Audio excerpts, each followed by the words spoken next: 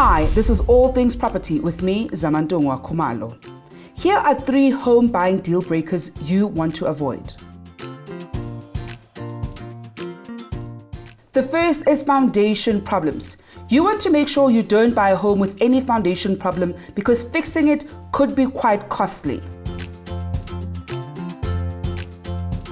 Secondly is pest damage. Nobody wants to buy a home with a pest problem. And lastly, poor drainage or water issues.